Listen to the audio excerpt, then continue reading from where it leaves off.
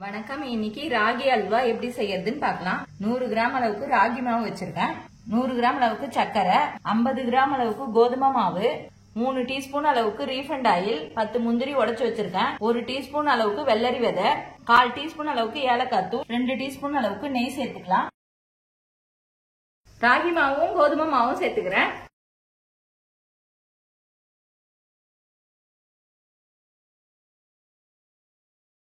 இது கூடயே முந்திரியும் வெள்ளரி விதையும் சேர்த்துக்கிறேன்.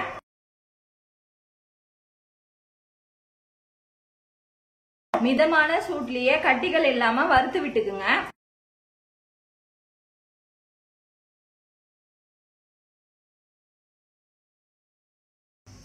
இந்த அளவுக்கு சிம்லயே ஒரு 10 நிமிஷம் நல்லா வறுத்துக்குங்க. இப்ப சர்க்கரை சேர்த்துக்கலாம்.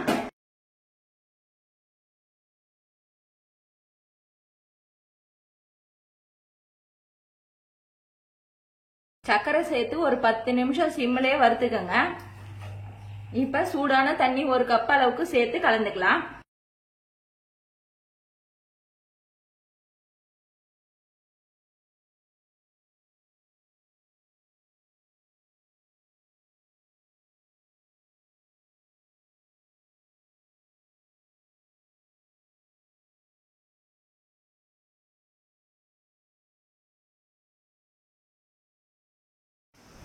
இந்த அளவுக்கு திரண்டு வரும்போது 2 டீஸ்பூன் அளவுக்கு நெய் சேர்த்துக்கலாம்.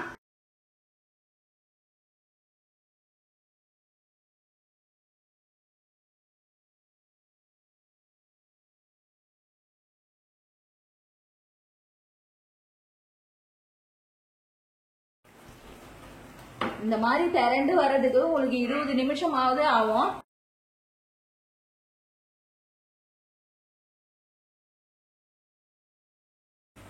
ஊத்துன நெய்யெல்லாம் இந்த அளவுக்கு பிரிஞ்சு வரும்போது கேஸ் ஆஃப் பண்ணிக்கலாம்.